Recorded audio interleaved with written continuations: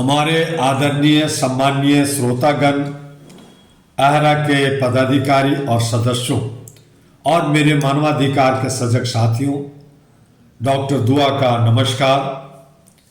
आज मैं यहाँ अपने संस्था का प्रचार करने नहीं बल्कि इंसान के सबसे बुनियादी जो अधिकार की आवाज़ है उसे प्रस्तुत करने के लिए और यूनिवर्सल डिक्लेरेशन आर्टिकल 3 यूडीएचआर के आर्टिकल 3 क्या कहता है, जिसे पूरा विश्व के 203 देश मानते हैं और नहीं मानते हैं, और हमारा राष्ट्र क्या कर रहा है, इस पर हम आपको ध्यान आकर्षित करना चाहते हैं।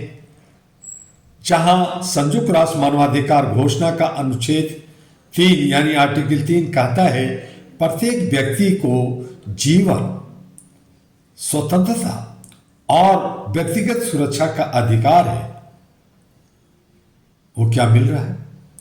अहरा इसी पंक्ति को जमीन पर उतारने का संकल्प लेती है। जीवन का अधिकार अहरा का मूल संघर्ष बना हुआ है। जीवन का अधिकार सिर्फ सांस लेने तक जीवित नहीं है। अहरा मानती है जीवन का अधिकार मतलब भूख से मुक्ति मिलनी चाहिए, डर से मुक्ति, अपमान और अन्याय से मुक्ति, छुटकारा। जब कोई बच्चा भूख से मरता है, जब कोई मजदूर इलाज के बिना दम तोड़ देता है, जब कोई गरीब न्याय के दरवाजे पे हार जाता है, अहरा इसे सिर्फ खबर नहीं बल्कि मानवाधिकार का अपराध मानती है। आज हमें स्वतंत्र कहा जाता है, लेकिन अहरा सवाल पूछती है, क्या हर नागरिक सच बोलने के लिए स्वतंत्र है? क्या हर पीड़ित बिना डर न्याय मांग सकता है? जिस समाज में सच बोलने वाले डरे, जहां आवाज उठाने वालों को कुचल दिया जाए, वहां स्वतंत्रता केवल दिखावा बन जाती है। अहरा साफ कहती है, स्वतंत्रता किसी सत्ता की दया नहीं, यह इंसान का जन्मसिद्ध अधिकार है। व्यक्तिगत सुरक्षा अहरा की सबसे बड़ी चिंता बनी हुई है। आज सबसे ज्यादा टूटा हुआ अधिकार है तो वह व्यक्तिगत अधिकार है, सुरक्षा है। आज महिलाएं असुरक्षित हैं, बच्चे असुरक्षित हैं, बुजुर्ग असुरक्षित हैं और मानवाधिकार कार्यकर्ता सबसे बड़ा टारगेटेड है, निशाने पे है। अहरा उन आवाजों के साथ खड़ी है जिन्हें डराया गया, दबाया गया और चुप कराने की कोशिश की गई, क्योंकि अगर सच बोलने वाला सुरक्षित नहीं है तो समाज सुरक्षित कैसे हो सकता है। यूनिवर्सल डिक्लेरेशन यूडीएचआर आर्टिकल 3 सत्ता के लिए एक आईना है। समझना चाहिए सत्ता को, लेकिन जहां आंखें बंद कर ली हो वो क्या देखेगा। फिर भी अहरा सत्ता से विनती नहीं, सीधा सवाल करती है, आपने जीवन की रक्षा कितनी ईमानदारी से की? आपने स्वतंत्रता को कितना सहा? आपने सुरक्षा सबके लिए सुनिश्चित की या सिर्फ ताकतवरों के लिए किया?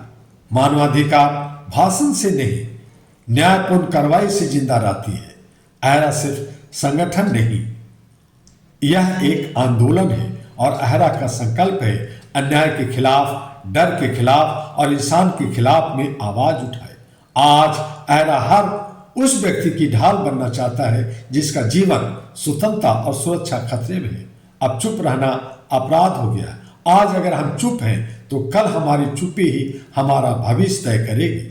अहरा आप सभी से अपील नहीं, आह्वान करती है, खड़े होइए सच के साथ और मानवाधिकार की इस लड़ाई में भागीदार बनिए, क्योंकि जब आखिरी इंसान सुरक्षित नहीं तो अहरा से चैन से कैसे बैठ सकती है।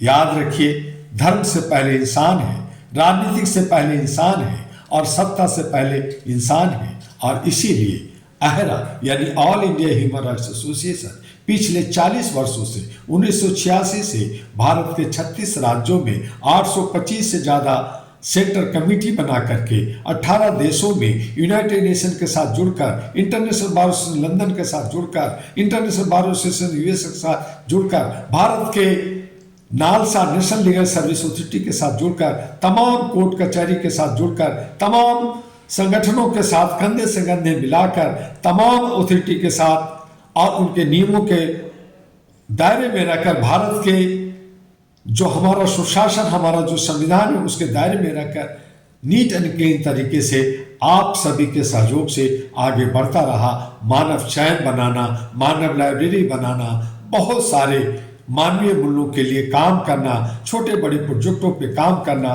हम सब ने मिलकर किया है। और इसके लिए भारत सरकार से या विदेशी कोई ग्रांट, कोई फंड, कोई डोनेशन नहीं लिया। हम सब जो सदस्यता या हम जो एक साथ जुड़ करके आपसी सहयोग सपोर्ट से हम लोग काम कर रहे हैं और इस तरह से ताकतवर बन रहे हैं बिना किसी डर और बिना भय का। इसे और आगे बढ़ाना है, इसे और आगे सबल बनाना है और इसके लिए आपसे अपील है कि आप HRTV अहरा को लाइक कीजिए, सब्सक्राइब कीजिए, फॉरवर्ड कीजिए। और जो ये अहरा अब अहरा ग्लोबल बन गया है, AG अहरा ग्लोबल, उसे आप सबल और मजबूत बनाइए।